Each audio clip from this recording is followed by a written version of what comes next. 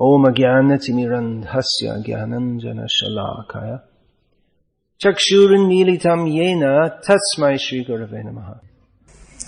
We heard many important instructions in the class this morning. The morning classes are based on an important series of verses from Srimad Bhagavatam, which emphasize the importance of devotional service, which is Shravanadi Shuddha Chitte Koraye Udoy, which purifies the heart through the process of devotional service, beginning with Shravan, hearing. So, as Srila Prabhupada often said, Krishna consciousness is a science.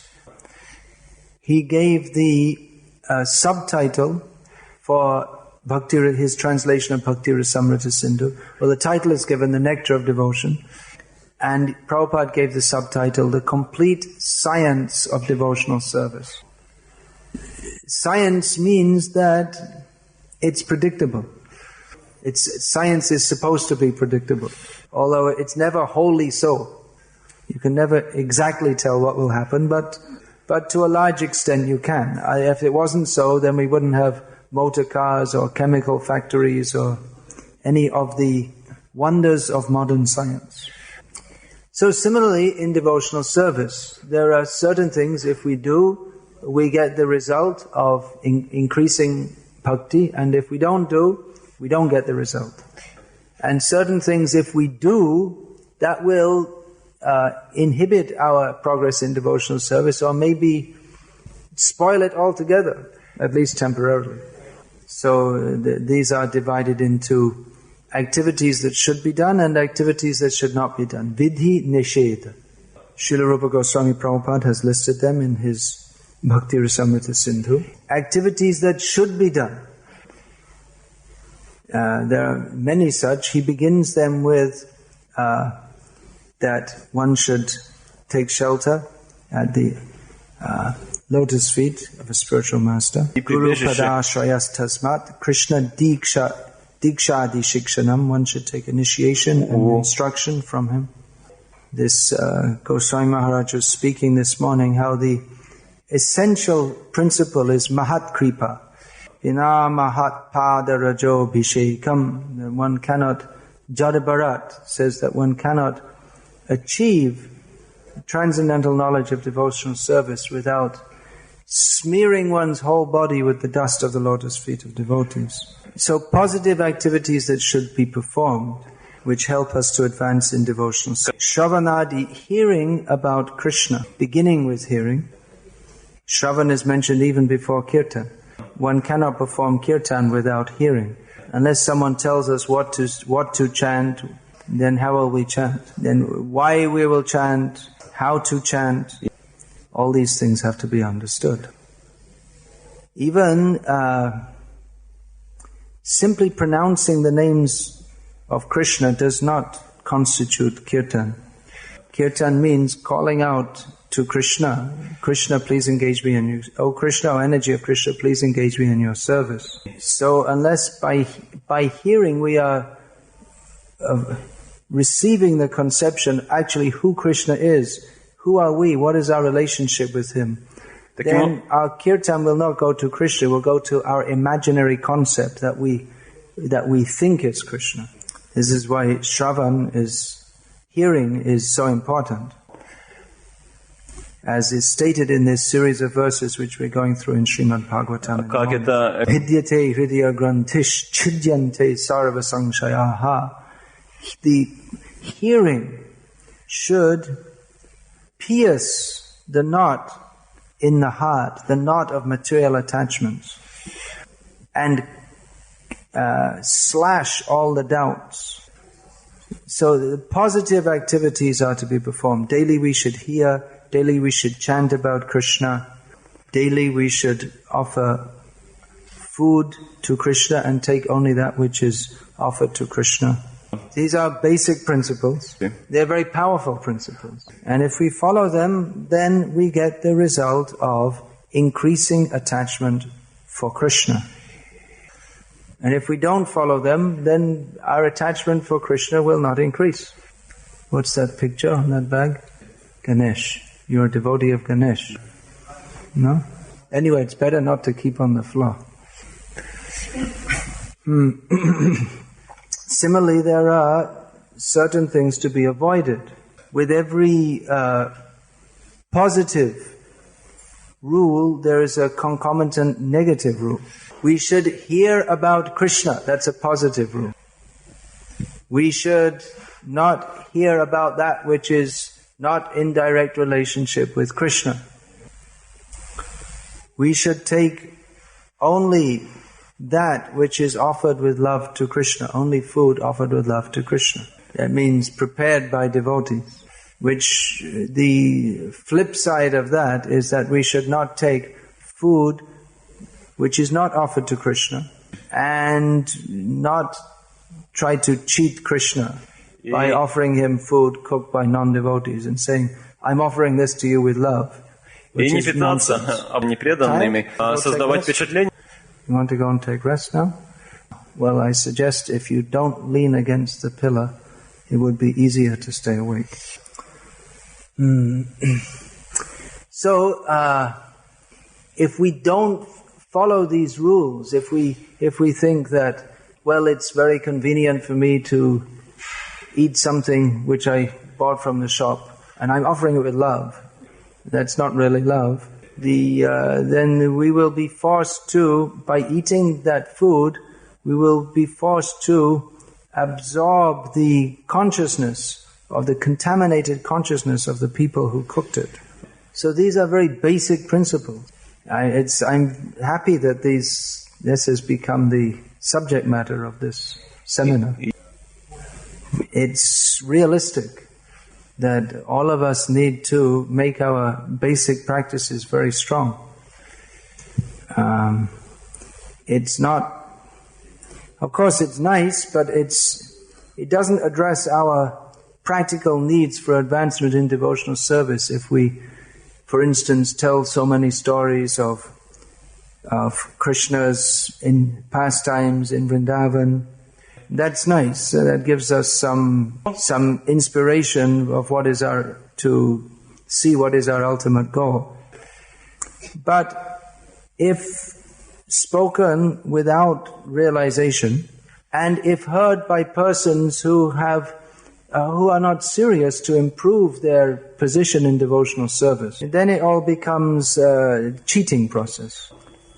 Now, more and more different rasa shastras or books describing the high-level pastimes of the Lord are being translated. So we find that people, just by reading some book, they convert themselves into a rasik bhakta. And we hear classes telling about all intimate details of pastimes in Vrindavan, far above the realization of the speaker or the hearer, and with no relevance to the level of devotional service that we're actually on. As Maharaj was pointing out in class he several times mentioned that our tendency is to sleep during class. So that just shows how much where is our actual taste? Let's be realistic. What is our level of spiritual advancement? Of course, one way to not be sleepy in class is to get up just before it. But then we miss the other important principles, attending Mangalarti, chanting our rounds early in the morning. So this very basic program, if we don't emphasize it, then people will think it's not very important. And we may not even feel the difference. If we attend and then regularly and then one day we don't attend, we may think, well, I don't feel I'm completely in Maya. And then it goes on. And we think, okay, I can miss another day also. I remember many years ago, I think it was I went to one country in the Antipodes. It means either Australia or New Zealand. It was New Zealand. And I came to one temple and I asked, well, who's the temple president? And he said, well, we don't have a president, we have a board, like a committee. So he said, we have a very good standard. Everyone on the board has to come to Mangalarti at least 5 days a week. And he said, well, what about 7 days a week? That's the standard given by Prabhupada and all the acharyas. So yes, we know that for Grihastha devotee living at home, it's a little different and this and that. And due to the pressing responsibilities of family life, one may not be able to follow as strictly as devotees in the temple are supposed to. But still the same principle applies. As much as we follow, that much benefit we get. It may be that due to difficult circumstances we're not able to follow so strictly, but by not following so strictly we don't get the result of following. So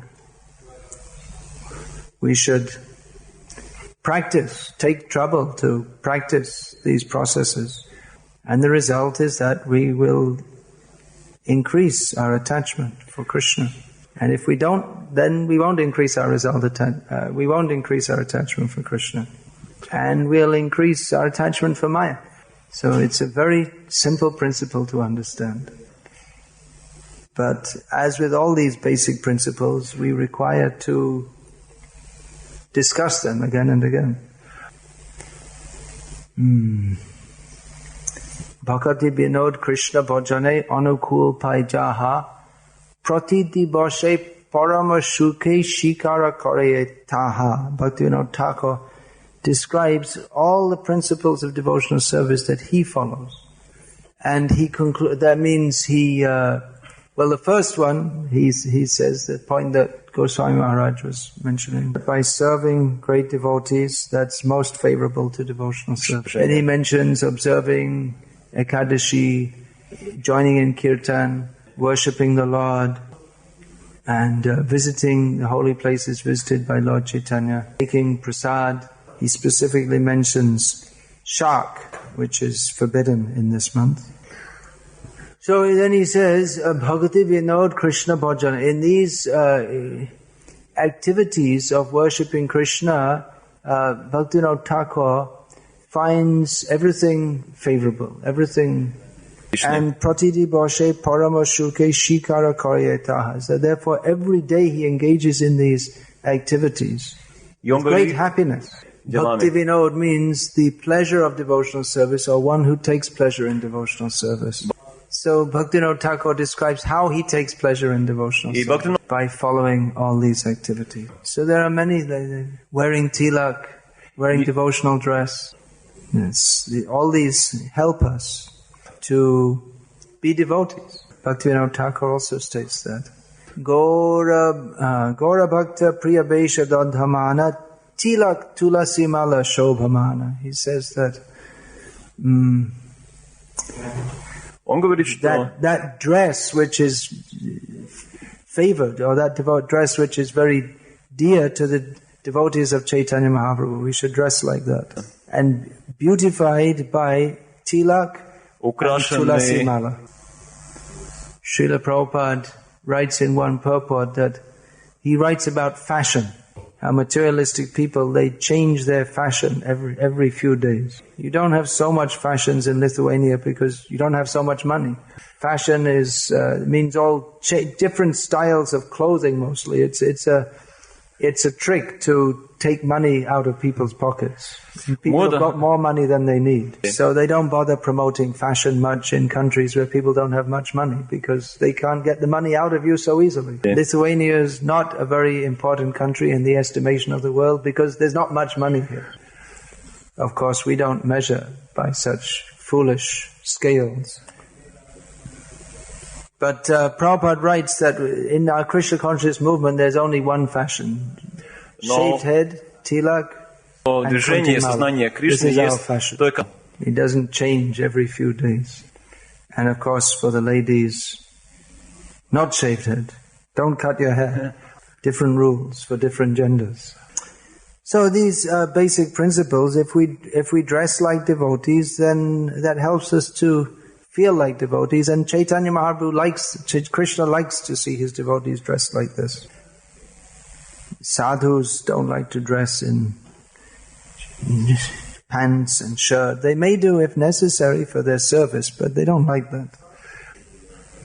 So these are some basic principles. Last year I just had questions and answers for my seminar. So I suppose for another half hour or so I could take questions and answers. So if anyone would like to ask some question relevant to devotional service, please ask. Bol. Hari Bol. Hari Bol, пожалуйста. One thing, actually, if you can write down, that will save us time. На самом деле, если вы запишете... Yeah. So what's his question? He asks how to find an authority if you are not very advanced, cannot follow at the present moment, do not understand yet. What is this? Do you want to repeat the question in Russian? He said in Russian. Yeah, but many may not have heard. How to get guidance? Well, we should have some basic idea of where we want to be going.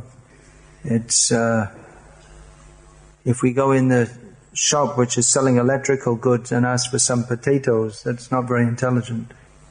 So we should have some basic idea of what form that guidance should take. You're living in Lithuania, isn't it? Yeah. So Shanta Maharaj is here. You can see him.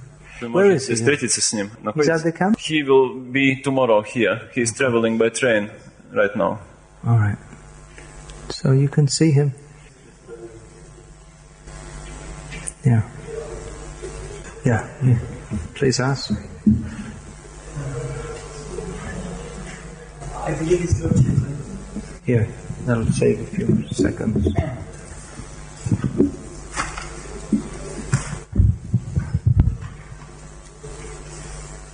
Just come in. No. Then we... Come along closer. Yeah. If anyone else wants to ask questions, please write it down. Yeah. In Chaitanya Charitamrita, Lord Chaitanya tells, I believe, Sanatana Swami, how we receive the seed of bhakti by the grace of Guru and Krishna. And then in the following verse, Lord Chaitanya said, and then one should become a gardener and plant the seed within the heart. Rupa Goswami. Mm-hmm. So that moment, that act of planting the seed of bhakti within the heart, what does it mean by that?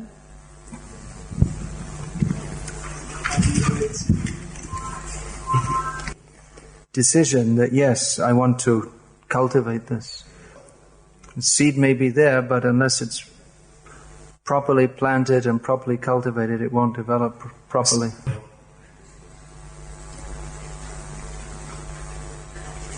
Yeah. Only prasadam, good. We eat only prasadam. What to do if prasadam runs out?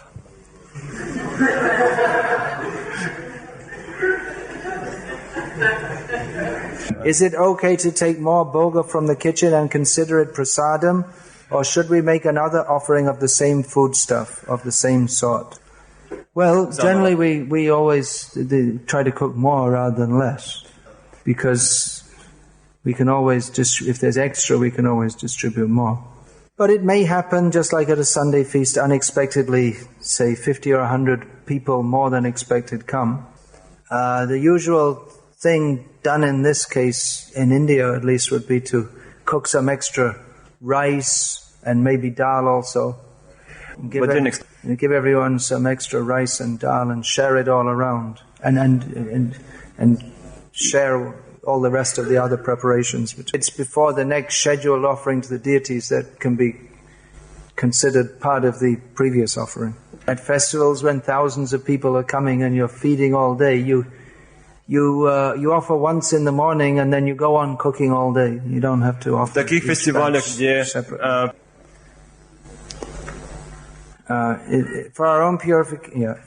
for our own purification, is there a difference between japa or kirtan? Kirtan is sometimes considered more powerful, but Tamal Krishna Maharaj once said that japa is like surgery for ourselves, whereas kirtan especially purifies others. Yeah, they're both required. I remember once Tamal Krishnaraj gave the example of we have to perform all these processes of bhakti. It said it's like having a balanced diet. We need some grains, some vegetables, some milk, some fruit. So if we take a little of each at the right time, right amount, that will give us what's called a balanced diet. So all these things are required. It's not that we're going to stop kirtan and only do japa, or stop japa and only do kirtan. Okay, another question. In festivals like this, even though it's very ecstatic, I can feel bad, envious thoughts arise in the mind even more than usual. They are different from my mood, so I'm wondering where they came from. Well, the best thing is don't worry where they came from, and instead of analyzing them, and that's like helping them to grow, just forget them, that's all. They rise in the mind, boom, let it pop, just forget it, that's all. It's nonsense, so just let it go. Get back to concentrating the mind on the things that we really need to concentrate. These unwanted thoughts come from the reservoir of envy of Krishna that's deep in our hearts. But if we don't cultivate envy of Krishna, if we cultivate reviving our loving feelings for Krishna, then the envious feelings, they'll cease to exist. It's not real. It's got nothing to do with us. It's nonsense. So just let it go. It's like waking up from a dream. Then you wake up from a dream, and then instead of analyzing and trying to remember what it is, you just forget it and go on with life. Next question. How to deal with people who are not inclined to seriously follow the basic bhakti principles? But I must live close with them and be friendly. I do not mean non-devotees, but devotees, or even temple authorities, who are not strictly following the principles mentioned by Maharaj, which means myself, I guess. Well, it's important to keep good association, and at the same time, ISKCON, by the very nature of its institution, it's an institution, so it attracts people at all different kinds of inclinations and levels. Actually, ISKCON is only meant for following the principles given to us by Srila Prabhupada. But often it's easier to keep a picture of Prabhupada on the wall and do whatever we like. So that's life as it is in ISKCON today. In many cases it has been rationalized that it's all right not to follow. And we can't say that everyone who's not following very strictly isn't a devotee, but at the same time we have to choose that association which is going to help us to advance. So we may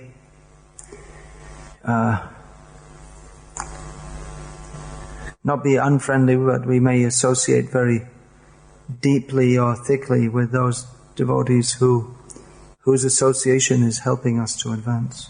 I'm sorry, didn't. We may be friendly with devotees, but it's better to keep thick association with those whose association will help us to advance. Then question, is this the only planet in the universe where we can make karma? When we look at the stars, we see millions. Each has whole civilization, heavenly people, ? In the Vedas, only a few planets are mentioned. Maybe, I don't know. I didn't read all the Vedas. No, it is not the only planet in the universe where we make karma. Although our human birth, that is specifically the crossroads. We can go up or down. But generally in the heavenly planets, people are just enjoying. They're not making more good karma. They're just enjoying what they got. But they can mess up their good karma also. Sometimes Indra makes mistakes and gets in trouble. So one time when Indra was hiding away in a lotus stem due to some sinful activity he'd performed. So because there was a need for a king in heaven, they brought the pious king Nahush. So because he was very pious, he got the opportunity to be Indra temporarily. But then he... These are Russian. Oh, okay. No. Then he... Nahush, put it underneath. Just come last.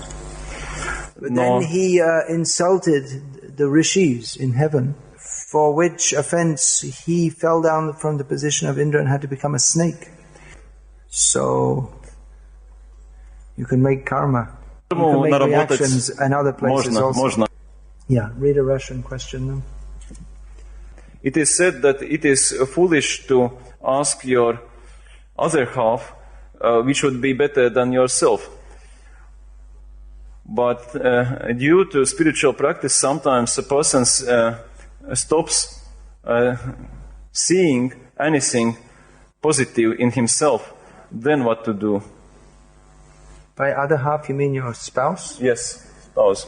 It's foolish to ask your other half. Who said it's he foolish? Says somebody thinks that it is foolish to seek the spouse to be better than yourself.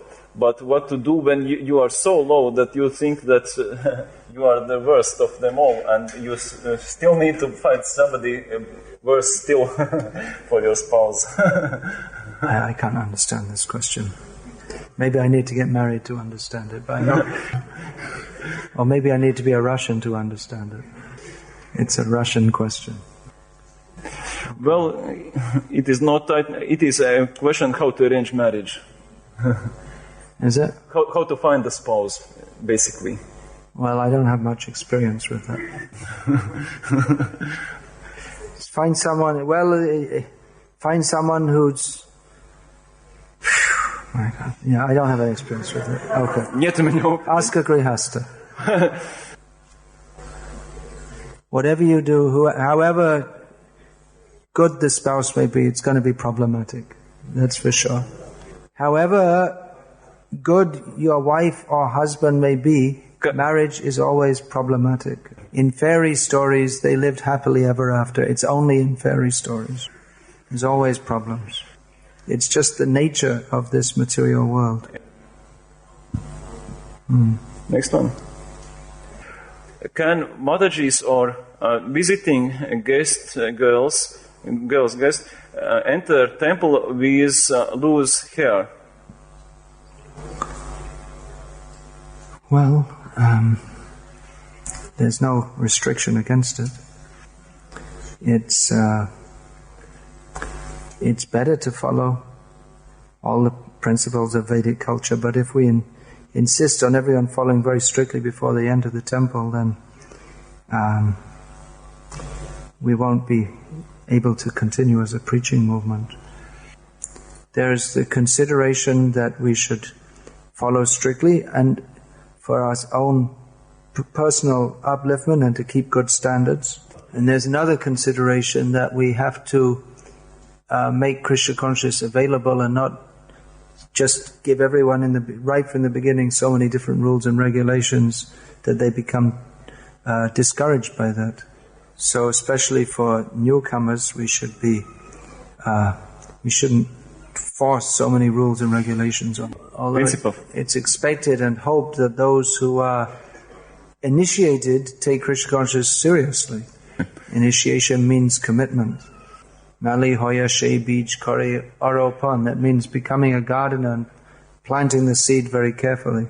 So especially after accepting initiation, one is supposed to follow anukulyasya sankalpa pratikulyasya varjanam, accepting activities which are favorable for cultivating Krishna consciousness and rejecting those activities which are unfavorable for making advancement.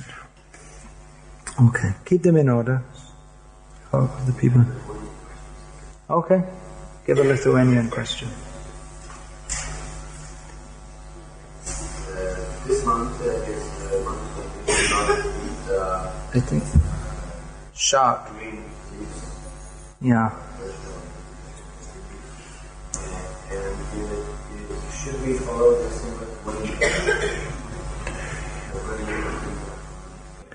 Actually, the original meaning of shark in Bengali it means green leafy vegetables, but in Sanskrit it means almost all vegetables.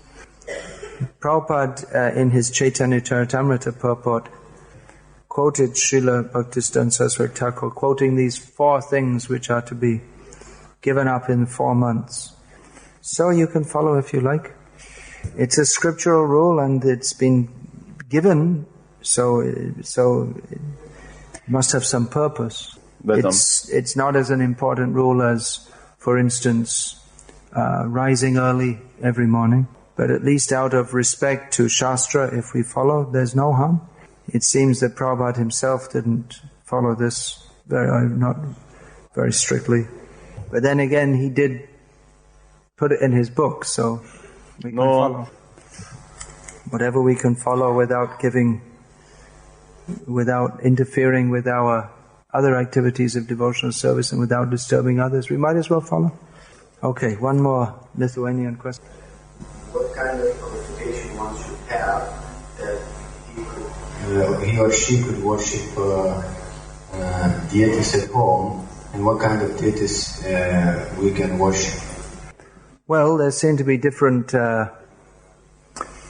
standards told by different people.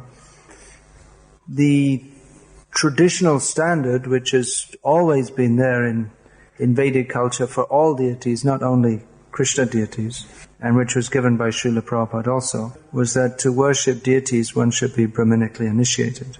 Although Prabhupada did say that we could even distribute deities of Gaur Nitai and tell people that we can serve them like play dolls.